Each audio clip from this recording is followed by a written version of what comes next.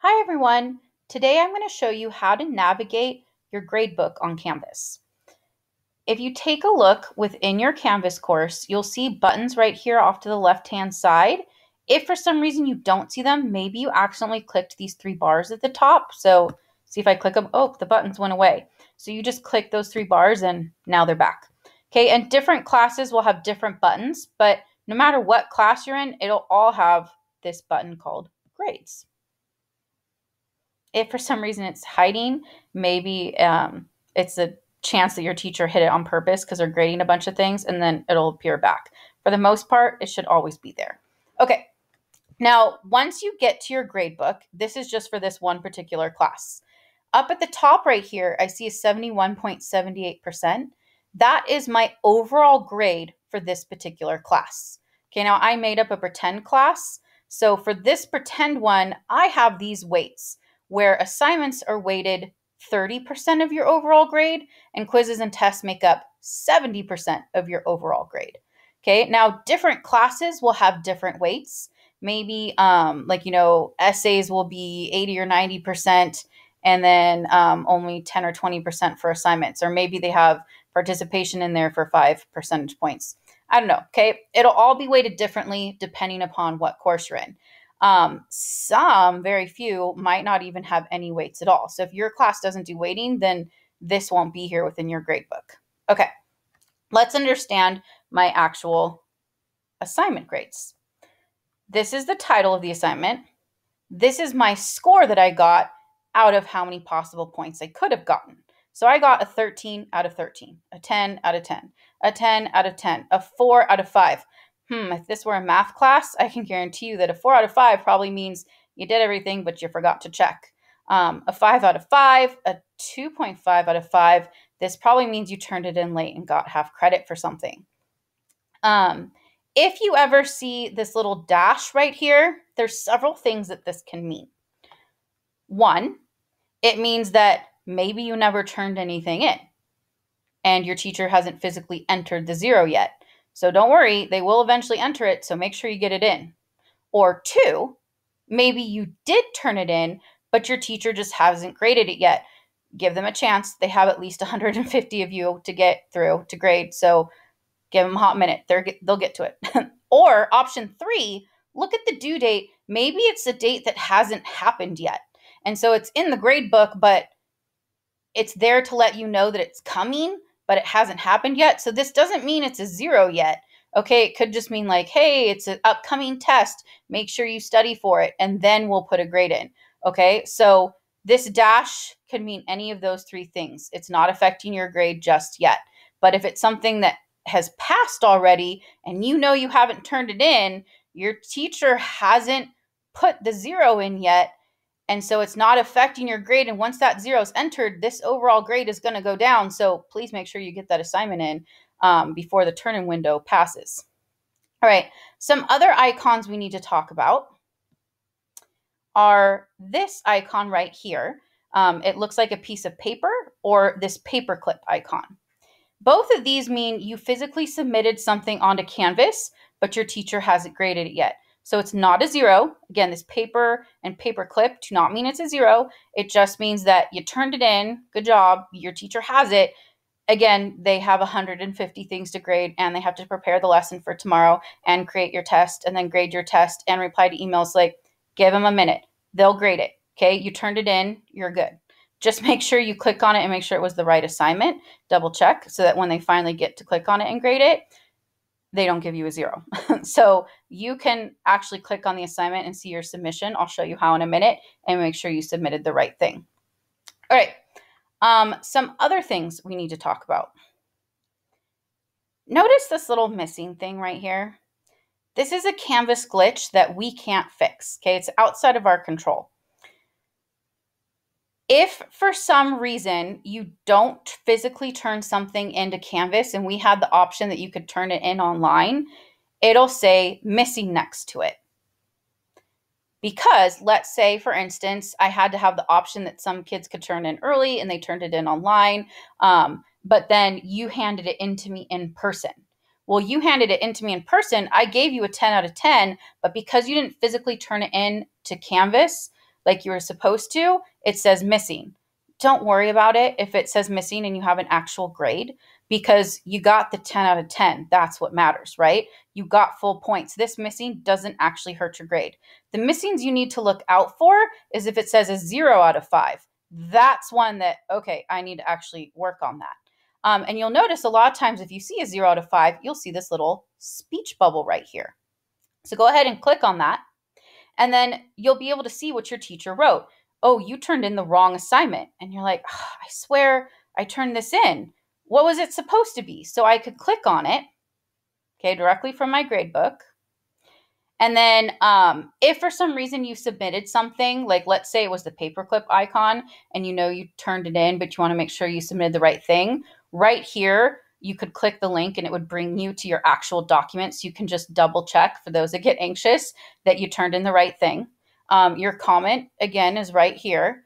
And then what's great is, let's say, okay, I turned in the wrong assignment, but I don't remember what the right assignment is anymore. Up at the top in the middle right here, see where I'm hovering?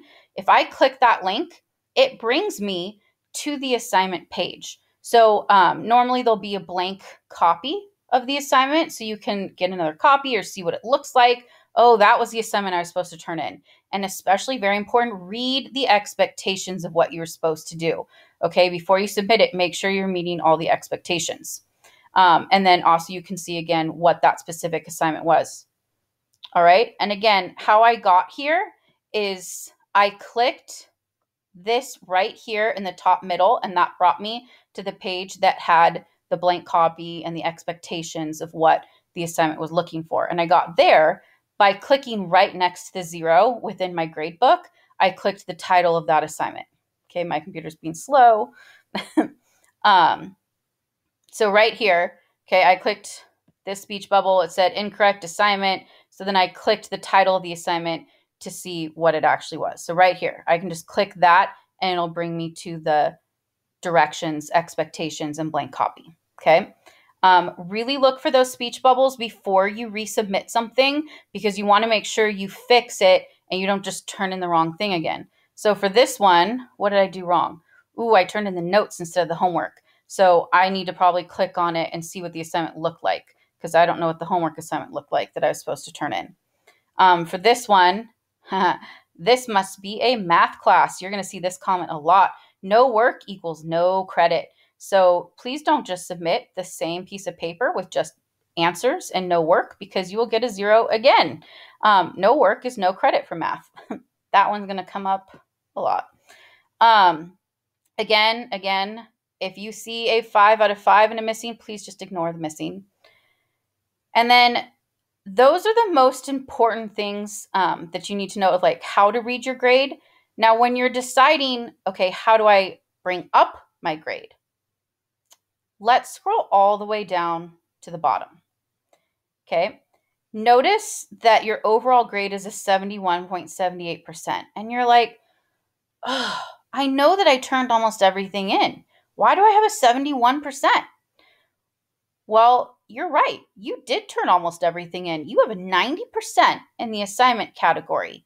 But if you look up at the top, assignments are only weighted 30% of your overall grade. How much are quizzes and tests weighted? 70%. So what's my average for quizzes and tests is a 63%. So that's what's bringing my grade down, because the thing that's weighted more heavily, I'm not doing so hot at. So several things. 1, please study for your exams. 2, actually turn your assignments in on time, because if you turn your assignments in on time, they're going to get full credit instead of late credit, and then you're going to know the material better, so you'll do better when the quiz and test comes around. If you turn the assignment in after the quiz and test has already passed, that's not going to help you on the quiz or test that's weighted more heavily. So it all kind of works together. You still want to turn in your assignments, but turn them in a timely manner so that you learn the material before the quiz and test comes up.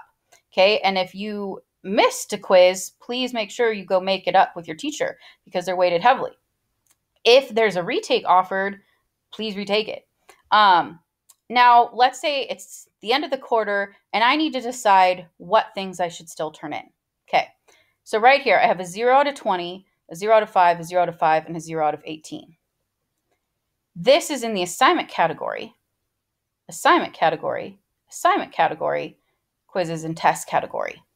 Which one do you think I should do? Which one will more heavily impact my grade? Okay, the 20-pointer, because that's the most points, or the quiz and test? What do you think? Okay, a lot of people are going to be like, 20 points, duh, more points. Okay, so my overall grade is a 71.78%. You guys are so lucky that you have this feature. It's called the what if feature of your Canvas gradebook. So right here, I can say, okay, if I turn this assignment in, if I had turned it in on time and got full points, like what would it have done? 71.78 now becomes 72.68. It's like almost a full percentage point. Awesome. Okay, what if I go in and make up that test that my teacher's been hounding me to do every day? Okay, 18 out of 18. Ooh, it jumped to a 73. It jumped higher, but it's only 18 points. Well, because it's in the quiz and test category, which is weighted more heavily. So again, the thing that's in the more heavily weighted category, that's what you want to do first. And then within that category, you do the things that are worth more points. So all of these three right here are assignments. Obviously, the 20-point assignment brought me up to a 72.68. This 5-point assignment maybe was easier to do, but it only brought me up to a 72%. Okay, do the more heavily weighted thing first, then within the category that's the same, do the thing that's worth more points. If for some reason you notice that you don't have any weights in your class, then all you need to worry about is what things are worth more points. And that's how you decide like your order of importance.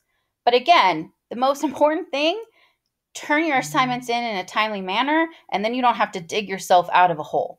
Okay, so always try to be on time with your assignments. Then, if you have time, go back and do the late things. And when deciding, if there's no weights at all, do the things with more points. If there are weights, do the things that are weighted more. And within that weighted more category, do the things that are worth the most points. Okay? This was all to show you how to navigate the gradebook on a computer. And we saw if there's a speech bubble, it's really easy to click on it, see why I was given a 0 and what I need to do to fix it.